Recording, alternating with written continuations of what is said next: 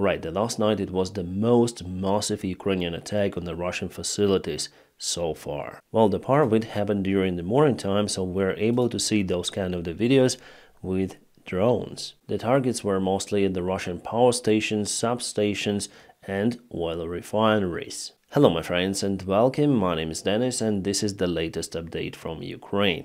More than 100 drones were intercepted by Russia as they claim, but the interception was quite strange because there were many of the kabooms registered, filmed by the eyewitnesses, and I also shared those on my social media. At first the strikes were heard in Sevastopol, the city went to black out, just some of the small generators of the households were providing electricity. For now I am not sure whether this problem is resolved. The next one was Anapa, the Russian territory. There was the Russian oil refinery, which was kaputted by the drone you just saw in the beginning of this video. So yes, the Russian oil refinery is not working over there. It's already been officially reported by Russia. And finally, I think the most interesting is Novorossiysk port and its infrastructure and oil facilities. Why is it the most interesting? Because Novorossiysk is the main Russian oil port in the Black Sea and they use it for the oil exports. Guys, we're going to continue with this topic, but let's go for a moment to Kharkiv,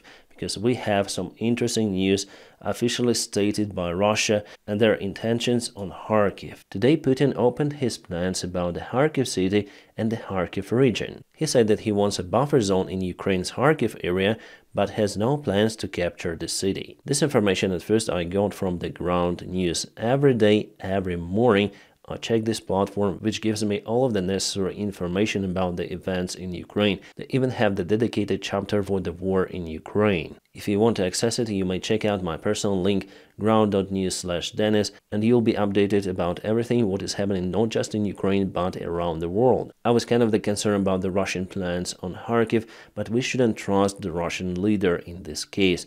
Maybe they want to regroup their forces more to the Kharkiv region. Now they have just around 50,000 soldiers, which is not enough to occupy the city. Later I'll tell you why. Many of the news sources report about these events. We have 70 of the articles, both from the Western media sources and from the Russian TV, for example. And here we may just click on the origin source and see what Russia tells us about the case. Here's the article. Putin reveals plans for Kharkiv. It's very simple as we see right now, but again Putin said that for now Russia doesn't have the target to occupy Kharkiv. Again he says that everything goes according to plan, but I have some doubts about it. For example, if you click on Kyiv Independent, which is the Ukrainian source, here the Ukrainian top officials confirm that the situation in Kharkiv is difficult, but it is under control, and definitely Russian forces are unable to advance with their plan, as Putin said. They have tremendous losses, especially in Vovchansk. Ukraine just sent new reinforcements at the proper time, lots of the drones, and Zelensky personally said that our guys have enough artillery shells for the first time since the beginning of the full-scale war. It means that the help from the West works. More about this fantastic ground news platform, which I use, as I say to you, daily. The factuality report, which is very important if you check out the news. For example, all of those media sources have high factuality, but if you check the Russian one, yeah, those have the low factuality, so you need to consider it. Then you start to read the news. But I check the enemy side media regularly because I need it for my reviews, and it is interesting, and it is just interesting for me of how they deliver this information for their public. Also, I like maps, that's why I use this feature to find out where the information is coming from. So we have 3 of the articles from Russia and 1 from Ukraine about the case. The ground news is not a part of the big media corporation or something. They rely on our subscription, so I highly recommend you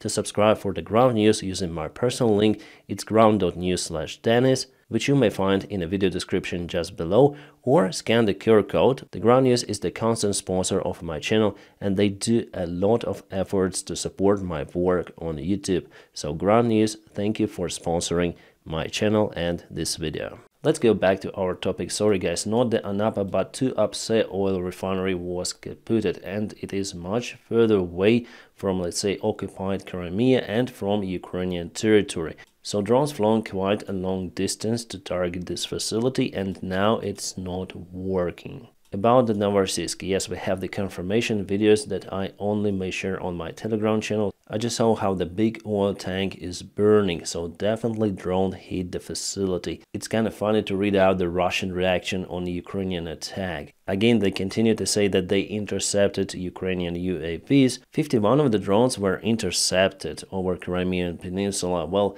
maybe some of the drones were indeed intercepted, but there were tens of the ground kabooms. By the way, the Russian port of Novorossiysk was also blacked out for some of the period of time, because the main substation was targeted. Around 4 months ago, we got the rumors that the United States of America forbids Ukraine from targeting Novorossiysk because it's important for the stable oil market, but now we see that Ukraine does this stuff in Novorossiysk.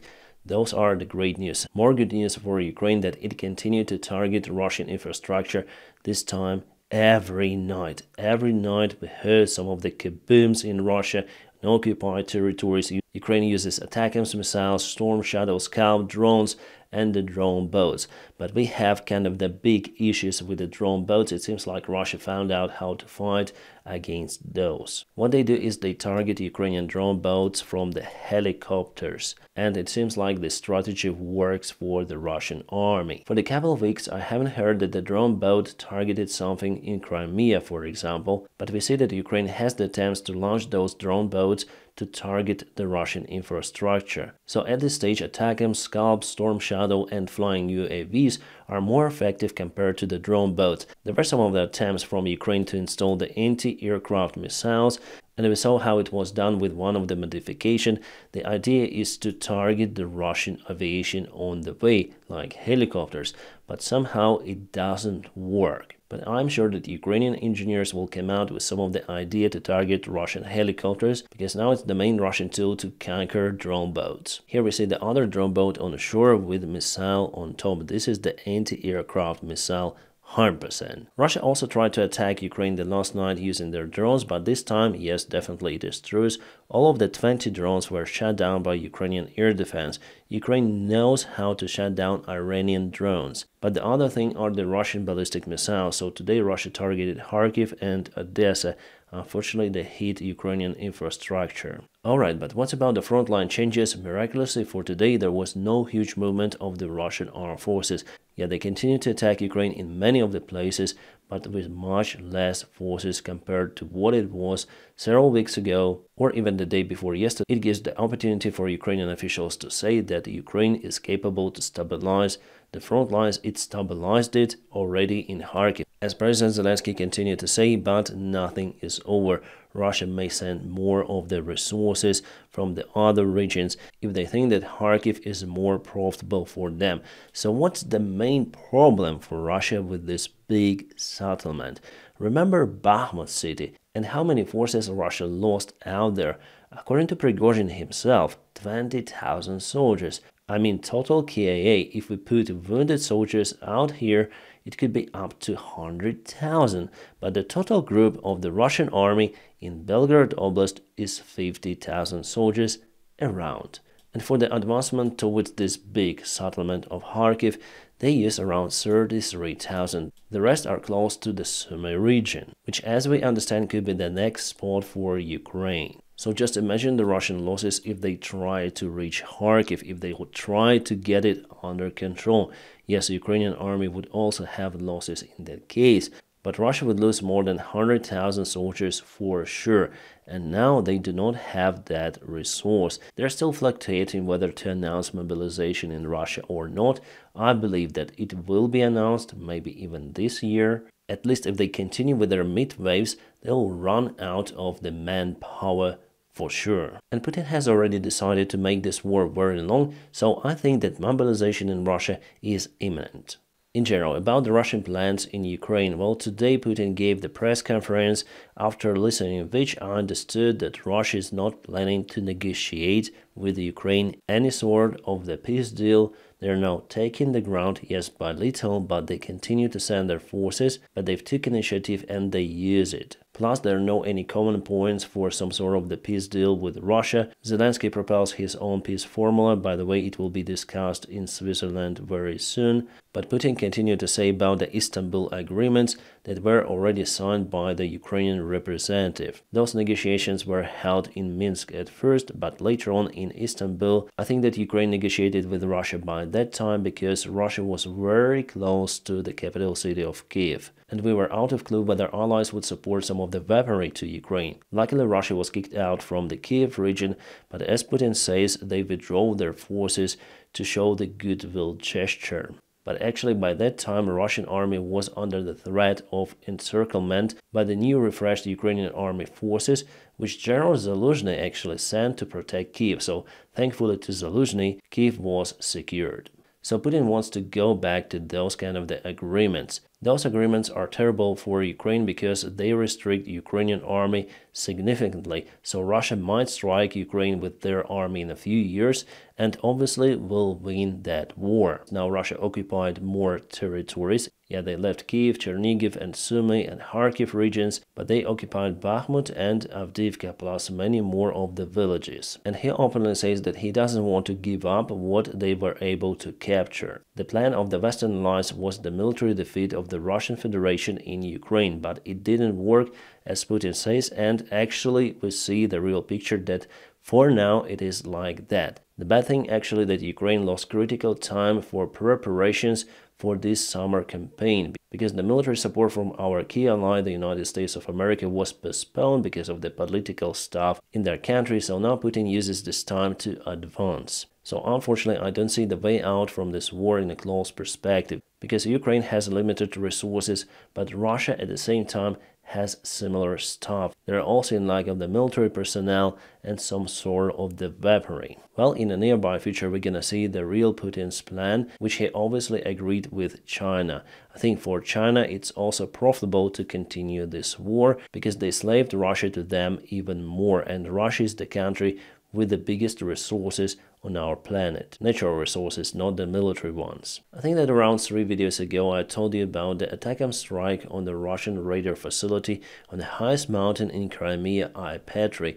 I told you that there were some of the casualties. Well, here we have the confirmation that the commander of the Russian Air Defense Unit, Kulakov Alexander Alexandrovich, was kaputted heroically with his rocket unit. So rumors are being confirmed in the Russian social media at least. Well, we have the name, we have the photo, so it's for sure correct. Otherwise, this information would be dismissed in a matter of minutes. Great news, Ukraine targeted the Russian armed forces on the Russian territory very close to the border with Ukraine in the Sumy region. Here, a couple of the Russian tanks somehow stuck in the mud.